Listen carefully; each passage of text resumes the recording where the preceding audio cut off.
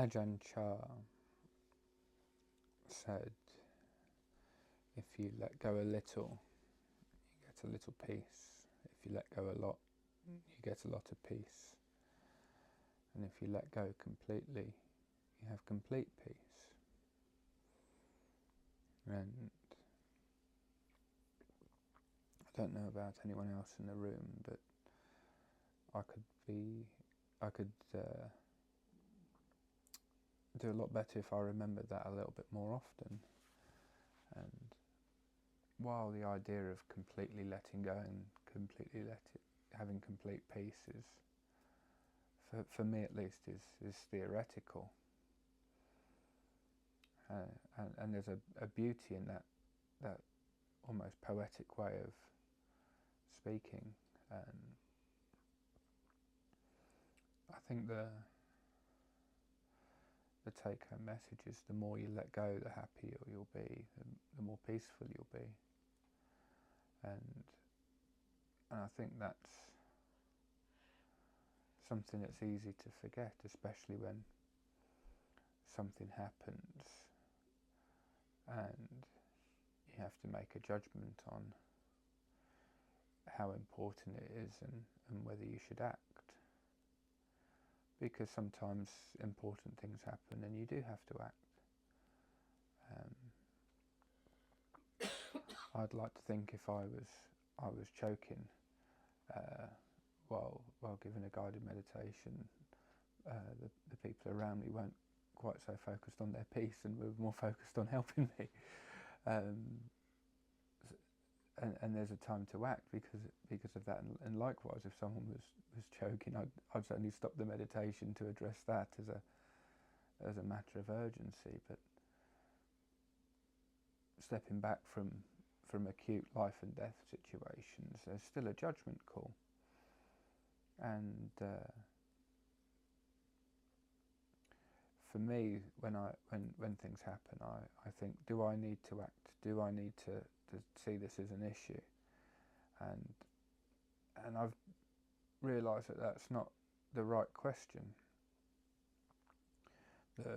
What I should be saying is, how do I quickly move on from this? How do I let this go? And if I can't let it go, and I can't think of a way to let it go, then it might be important I need to address. But if my focus is always on trying to let go, and I find I can't, then I can address it. And rather than the other way around, which is my habit pattern, which leads to me thinking things are more important than there are and acting more than I probably should. If I think of letting go and moving on as being the target rather than should I address, because it's easier to address something than it is to let it go. Someone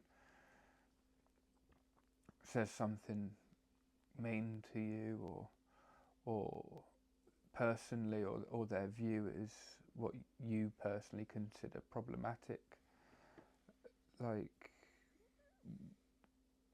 rather than thinking should I act and if so how, thinking how do I let this go, and if not, why can't I?